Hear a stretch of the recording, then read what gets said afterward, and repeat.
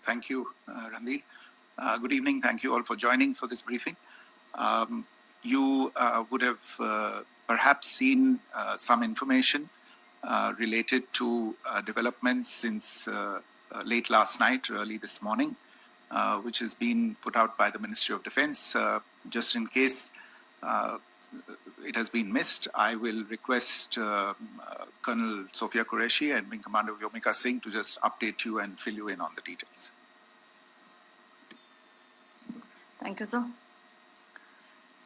Operation Sindoor पर 7 मई 2025 को हुई प्रेस कॉन्फ्रेंस के दौरान भारत ने अपनी प्रतिक्रिया को केंद्रित, संतुलित और गैर उत्तेजक बताया था। यह विशेष रूप से स्पष्ट किया गया था कि पाकिस्तानी सैन्य ठिकानों को निशाना नहीं बनाया गया। साथ ही दोहराया गया कि भारत में किसी भी सैन्य लक्ष्य पर हमले का उचित जवाब दिया जाएगा। 7 से 8 मई 2025 की रात को पाकिस्तान ने उत्तरी और पश्चिमी भारत में स्थित कई सैन्य ठिकानों को, जैसे कि अवंतीपुरा, श्रीनगर, जम्मू, पठानकोट, अमृतसर, कपूरथला, जालंधर, लुधियाना, आदमपुर, भटिंडा, चंडीगढ़, नाल, फलौदी, उत्तरलाई और भुज पर ड्रोन और मिसाइलों से हमला करने का प्रयास किया। इन हमलों को इंटीग्रेटेड काउंटर यूएएस ग्रिड और वायु रक्षा प्रणालियों द्वारा निष्क्रिय कर दिया गया। इन हमलों का मलबा कई स्थानों से बरामद हुआ, जो कि पाकिस्तानी हमलों का प्रमाण है। Pakistan attempted to engage a number of military targets in northern and western India using drones and missiles. These places included Avantipura, Srinagar, Jammu, Pathankot, Amritsar, Kapurthala, Nal, Jalandhar, Ludhiana, Adampur, Bhatinda, Chandigarh, Falodi, Uttarlai and Bhuj. These were neutralized by the integrated counter unmanned aerial system and other air defense systems. The debris of these attacks is now being recovered from a number of locations that prove the Pakistani attacks. आज सुबह भारतीय सशस्त्र बलों ने पाकिस्तान के कई स्थानों पर वायु रक्षा रडार और प्रणालियों को निशाना बनाया। भारत की प्रतिक्रिया समान क्षेत्र में समान तीव्रता के साथ की गई। यह विश्वसनीय रूप से ज्ञात हुआ कि लाहौर में स्थित एक वायु रक्षा प्रणाली को निष्क्रिय कर दिया गया। Today morning, Indian Armed Forces targeted air defense radars and systems at a number of locations in Pakistan. Indian response has been in the same domain with the same intensity as Pakistan. It has been reliably learnt that an air defense system at Lahore has been neutralized. Pakistan ने नियंत्रण रेखा पर आकरण गोलीबारी की तीव्रता बढ़ा दी है, जिसमें कुपवाड़ा, बारामूला, उरी, पुंछ, मेंढर और राजौरी क्षेत्रों में मोर्टार और भारी तोपखाने का इस्तेमाल किया जा रहा है। Pakistan has increased the intensity of its unprovoked firing across the line of control using mortar and heavy calibre artilleries in areas in Kupwara, Baramulla, Uri, Poonch, Mendhar and Rajouri sectors in Jammu and Kashmir. 16 innocent lives have been lost, including 3 women and 5 children, due to the Pakistani firing. Here too, India was compelled to respond to bring mortar and artillery fire from Pakistan to a halt. Indian Armed Forces reiterate their commitment to non-escalation, provided it is respected by the Pakistan military. Jai Hind.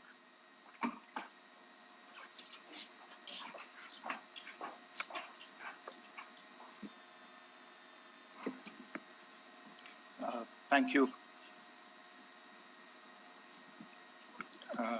Friends, this is, as I said, further to the briefing that was provided yesterday and some of the updates that have been just provided by Colonel Qureshi and Wing Commander Singh.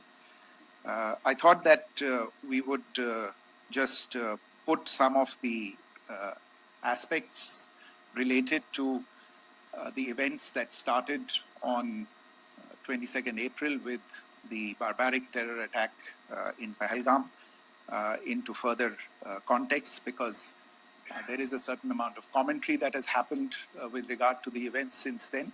And more than the commentary, there has been a lot of disinformation that has been directed at us from across the border.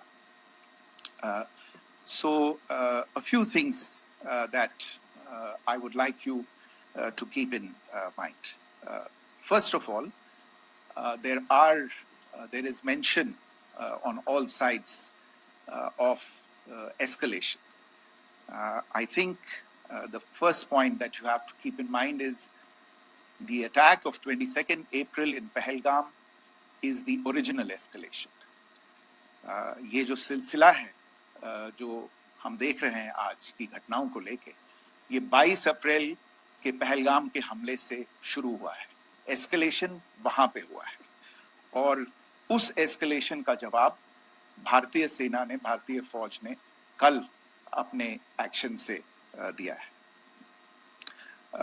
Secondly, I want to invite your attention to the involvement of the group calling itself the Resistance Front in these attacks. I pointed this out yesterday that this is a group that is a known front for the well-known Pakistan-based terrorist organization, Lashkar-e-Taiba. The group has been reported earlier. I mentioned to you about the Indian authorities providing information to the UN 1267 Sanctions Monitoring Committee. And in fact, we are going to be meeting with the team again very soon, and we will be providing an update to the information that we have provided earlier. But what is interesting, दिलचस्प बात यह है कि संयुक्त राष्ट्र की सुरक्षा समिति में जब पहलगाम के हमले को लेके एक प्रेस वक्तव्य जारी करने की बात चल रही थी, तो आप सोचिए किस देश ने टीआरएफ का, द रेजिस्टेंस फ्रंट का उसमें मेंशन किया जाना, उसको अपोज किया, पाकिस्तान ने. This was after the fact that the TRF claimed responsibility for this attack not once but twice, within a few hours after the incident on the 22nd of April, and then again on the morning of 23rd April. And it is perhaps only after the full gravity of the incident was realized by its masters and handlers across the border that it was managed to back off from this claim. Obviously, that retraction doesn't convince anybody. तीसरी चीज जो मैं आपसे कहना चाह रहा था, और कर्नल कुरैशी और विंग कमांडर सिंह ने कल भी बड़े स्पष्ट शब्दों में और आज भी आपसे ये बात साझा की है. जो भारतीय रिस्पॉन्स है वो नॉन एस्केलेटरी है, प्रिसाइज है, सटीक है, मेजर्ड है और कंसिडर्ड है. Our intention has not been to escalate matters. We are only responding to the original escalation, as I said, and our response has been targeted, precise, controlled and measured.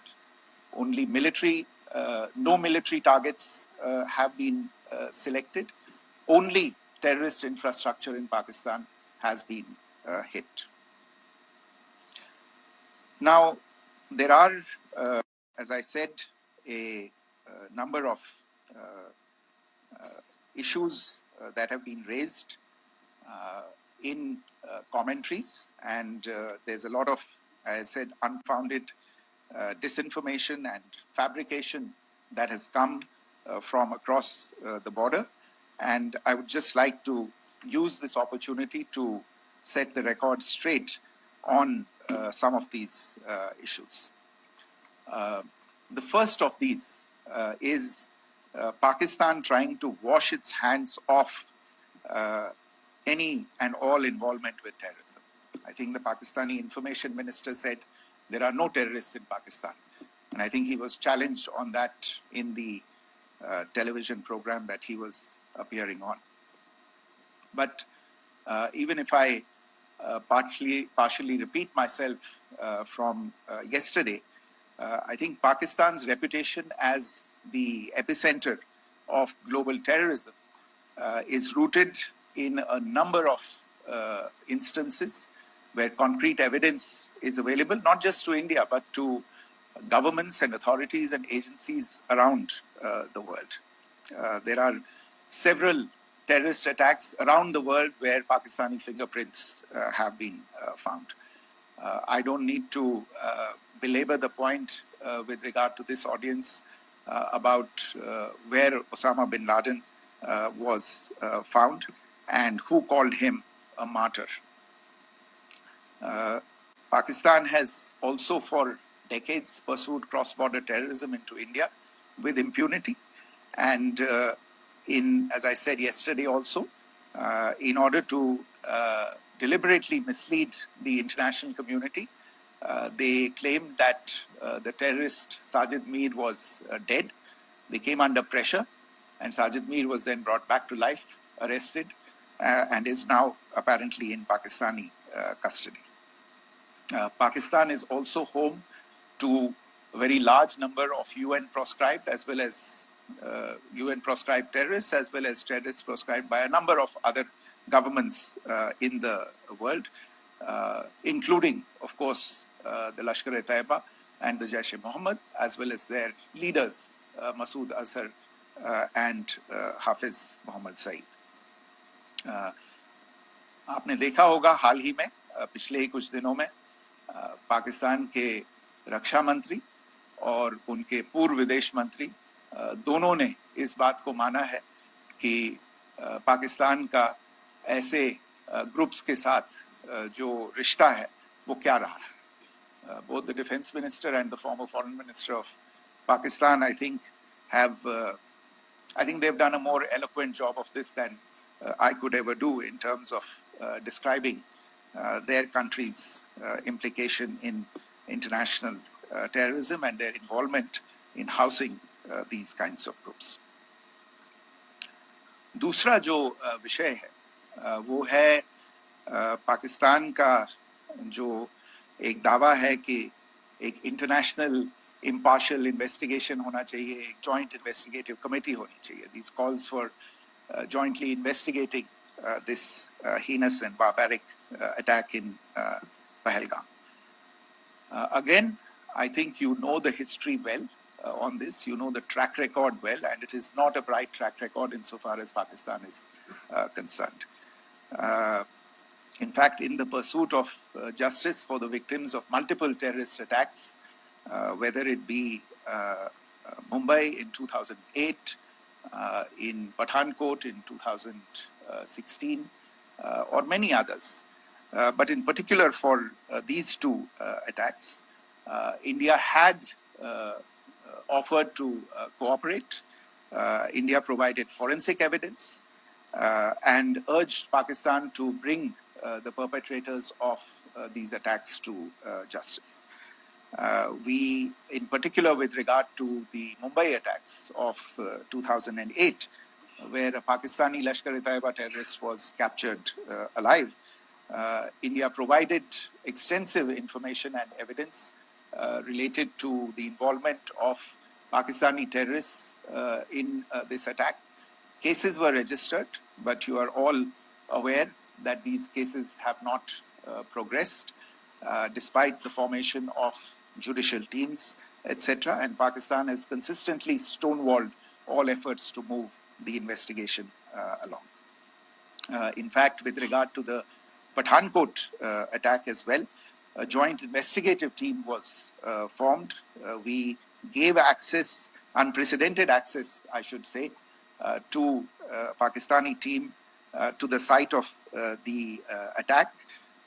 Details of call records data, and DNA, etc., were shared with Pakistan. We had shared with them details related that we had been able to access to the addresses of terrorists. We presented evidence against the office bearers of Jaish-e-Mohammed who had conspired in the attack, and the handlers of the terrorists who facilitated them and guided them in. But there has been no movement on this.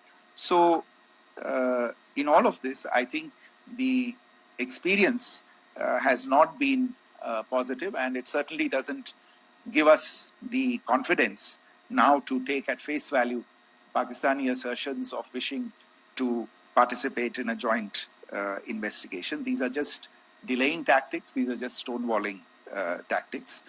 And in fact, there is reason to believe that Pakistan uses the evidence that we provide only to cover its tracks and, in fact, defend the terrorists who we are looking for and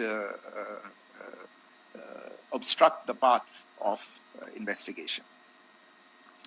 A third point that I wanted to address was the claim that only civilians were killed in the strikes on the 7th of May.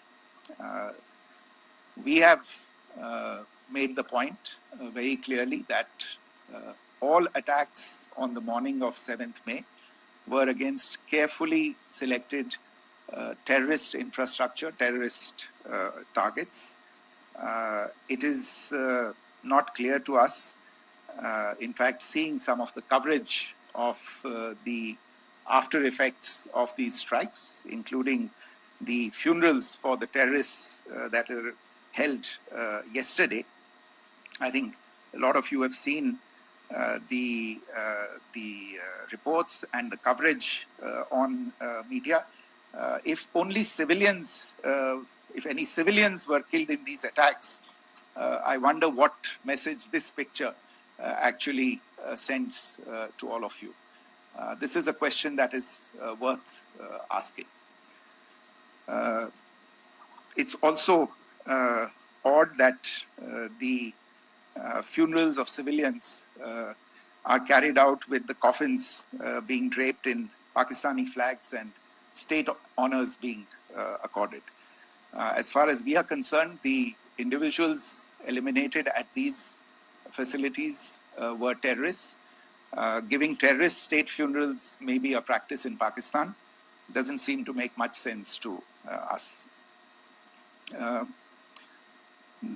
Pakistan has also claimed that India deliberately attacked religious sites. This is completely false again. I have made it clear that the targets were terrorist infrastructure, terrorist facilities, and locations connected clearly with incidents of cross-border terrorism into India. And it is in fact Pakistan that is misusing religious sites as a cover to in fact radicalize, direct and indoctrinate and train terrorists. In fact, contrary to what Pakistan is claiming, yesterday Pakistan launched a targeted attack on the Sikh community in the state of Jammu and Kashmir, hitting Gurdwara in Poonch and the homes of Sikh community members, which came under attack. And we know that at least 3 individuals were killed in that particular attack.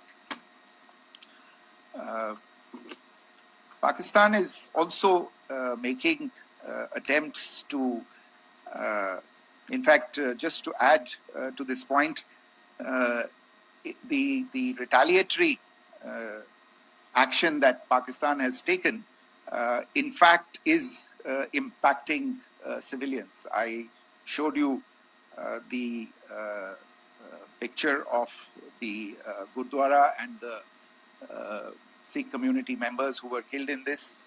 There are other civilians also who've been killed and injured in these attacks.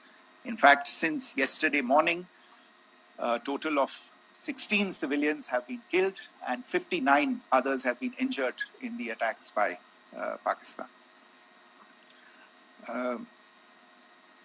Not only this, Pakistan is also making attempts as part of its disinformation campaign to paint our action with regard to cross-border terrorism through the communal angle. If that is the issue, then I think I can do no better than to cite or point you in the direction of the Pakistan Army Chief's speech of 16 April 2025. I think that is the last word in communal rhetoric. And in the Pahalgam attack itself, you are aware of the kind of religious profiling that was done there. And perhaps there is a linkage between these two events. I can only say that these nefarious designs will not be allowed to succeed in India. And it is to be noted that people from all faiths, all religions, all regions in India have unequivocally, not just in India but around the world, have condemned these attacks. The Pakistani claims of now responding to India's strikes of the 7th of May.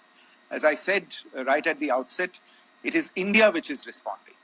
The original escalation was by Pakistan on the 22nd of April. We are the ones who are responding to that escalation with the action that was taken yesterday morning. And again, I would like to emphasize that the action was restrained. It was directed towards non-civilian, non-military targets and confined to terrorist camps. And again, as we have been saying since yesterday, any further action by Pakistan, some of which we are seeing today, is nothing but escalation by Pakistan now once again, and will be responded to and is being responded to appropriately. One point that I wanted to also address was the allegations to the targeting of a dam, the Neelam Jhelum project in Pakistan-occupied Kashmir. I want to say that this is an absolute and complete fabrication and a blatant lie. India has targeted only and only terrorist infrastructure, and the details of that terrorist infrastructure, together with the locations, were shared with you yesterday by Colonel Qureshi and Wing Commander Singh. I should note that if this kind of a claim is a pretext for targeting Indian infrastructure of a similar nature, Pakistan will be entirely responsible for the consequences that will undoubtedly follow. Finally, I want to address some issues that have been raised related to the Indus Waters Treaty and the disinformation that has been raised in regard to that as well. The fact is that there have been fundamental changes in the circumstances in which the Indus Waters Treaty was concluded, and they call for a reassessment of the obligations under the treaty. Over the last year and a half to 2 years, India has been in communication with the government of Pakistan. We've sent several notices to them requesting for negotiations to discuss modification of the treaty. India has for 6+ decades now, honored the treaty, even during periods when Pakistan imposed multiple wars on us, and even when relations were adversarial.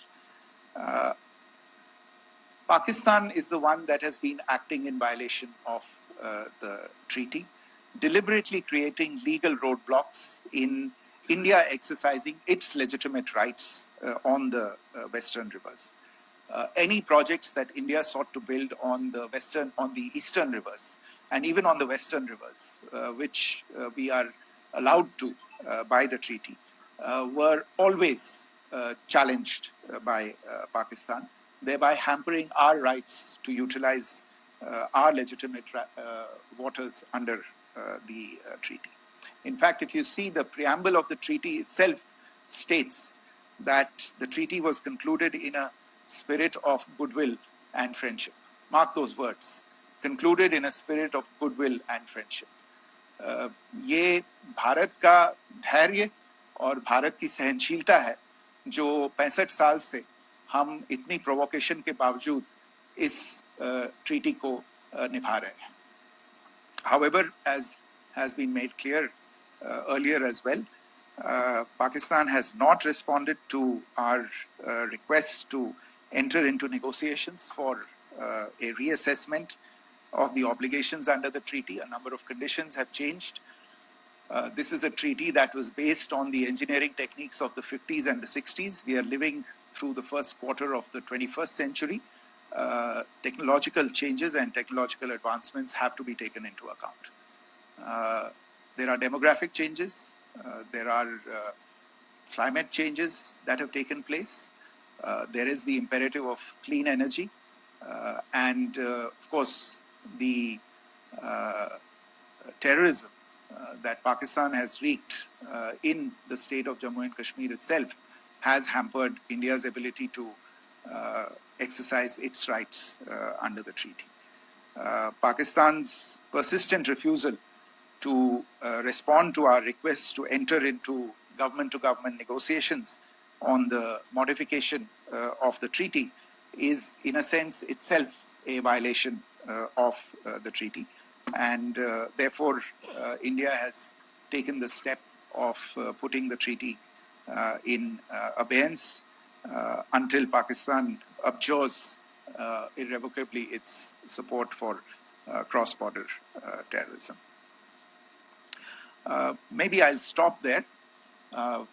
I mentioned earlier yesterday as well that this is an evolving situation. I would therefore ask all of you to be considerate and restrained. It will not be possible for us or my colleagues from the armed forces to share operational details at this point in time. Beyond that, if you have any questions, may I have time for only a few, and I'll try to answer those questions.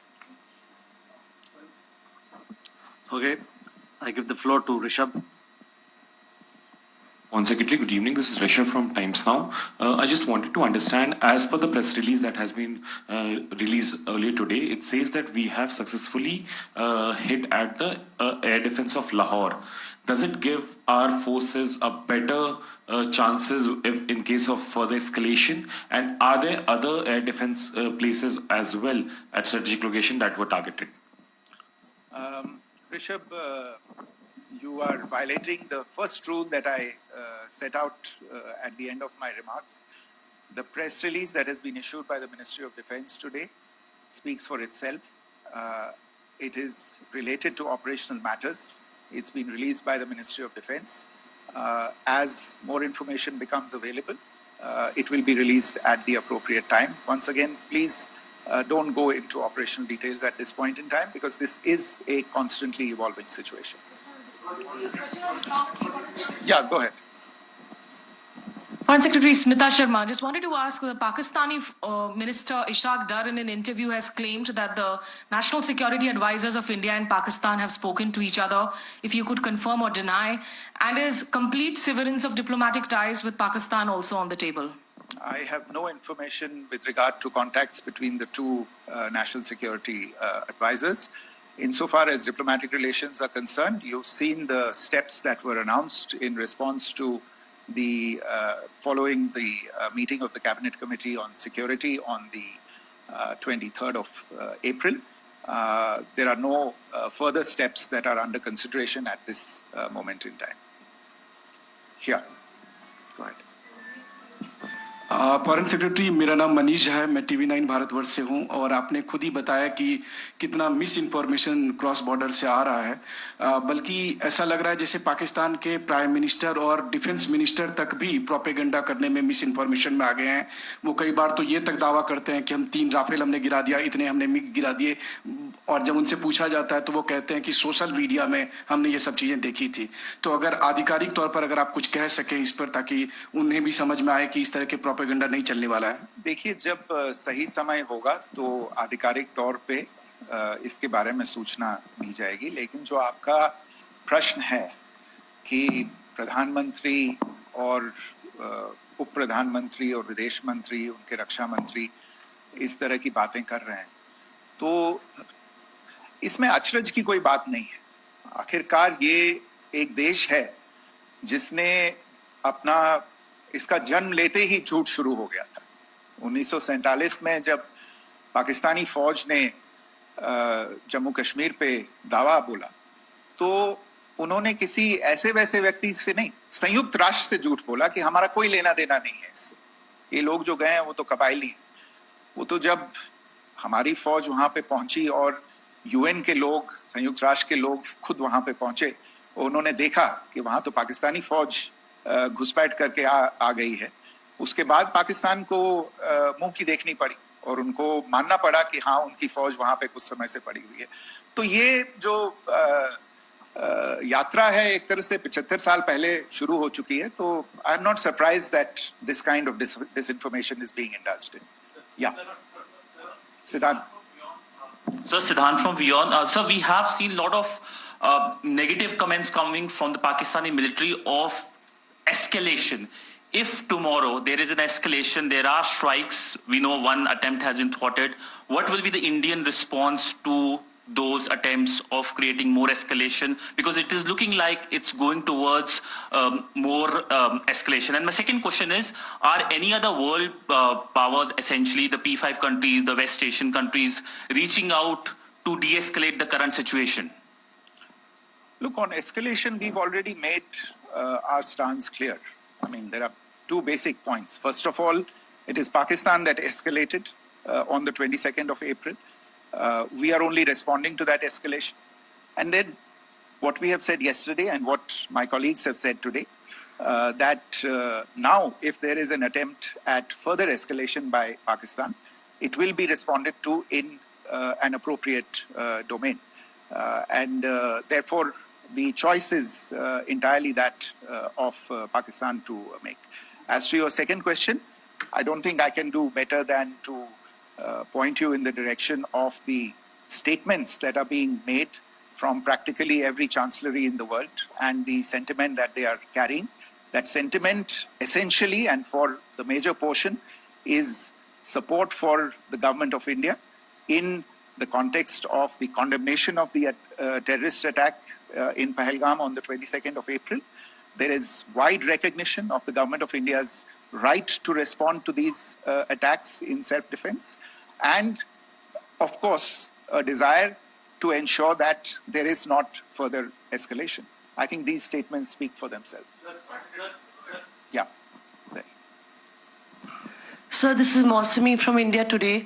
Now, in the all-party meeting, we have learned that the defense minister has said that, in the operation Sindoor, almost 100 terrorists were killed.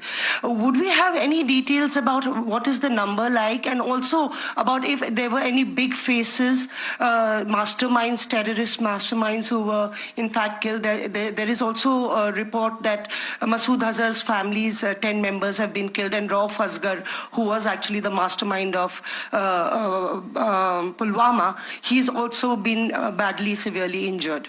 I don't have information at this point in time to share with you on these issues.